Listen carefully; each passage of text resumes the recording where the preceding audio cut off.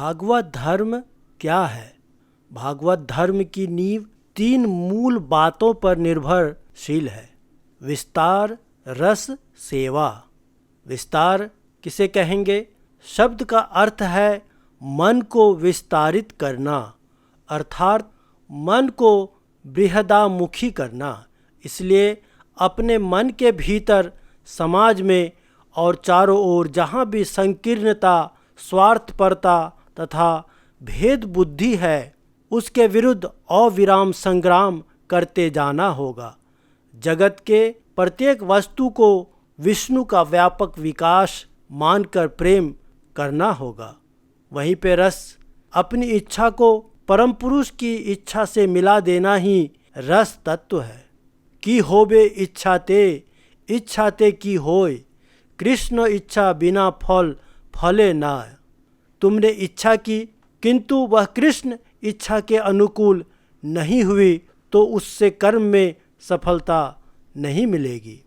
सृष्ट जीव को उनकी इच्छा अनुयायी चलना ही होगा। इसके अतिरिक्त कोई विकल्प नहीं है। तुम्हारी बुद्धि, शिक्षा, मान सब निरर्थक हो जाएंगे यदि उन्हें परम पुरुष की ओर परिचालित नहीं किया। इसलिए बुद्धिमान मनुष्य इस तथ्य को जानकर परम पुरुष के साथ प्रेम का संपर्क स्थापित कर उनकी इच्छा अनुसार चलना प्रारंभ कर देता है। वह कहेगा, हे परम पुरुष, तुमसे मुझे कुछ नहीं चाहिए। मेरे जीवन में तुम्हारी इच्छा पूर्ण हो, मैं और कुछ नहीं चाहता। तो सेवा क्या है? जब तुम कुछ भी देते हो और बदले में कुछ भी प्राप्ति की प्रत्याशा नहीं रखते हो, वह हुई सेवा। सेवा 2 प्रकार की हो सकती है। एक है आंतरिक सेवा और दूसरी बाह्य सेवा। बाह्य सेवा तुम जिस किसी भी अवस्था में क्यों न हो, गृहस्थ जीवन में या सन्यासी जीवन में, जीवों में ब्रह्म भाव आरोपित कर सेवा करनी होगी। जीवों की सेवा करते समय यह सोचना होगा कि तुम परम पुरुष की ही सेवा कर रहे हो। यही है बाह्य सेवा।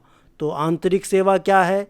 जप क्रिया और ध्यान से आंतरिक सेवा संपन्न होती है। जप क्रिया और ध्यान में सेवा का मनोभाव सदा जागृत रखना होगा। इससे एकाग्रता पाना सहज संभव है। तुम्हें सेवा करनी होगी, सेवा की प्रत्याशा तुम नहीं कर सकते।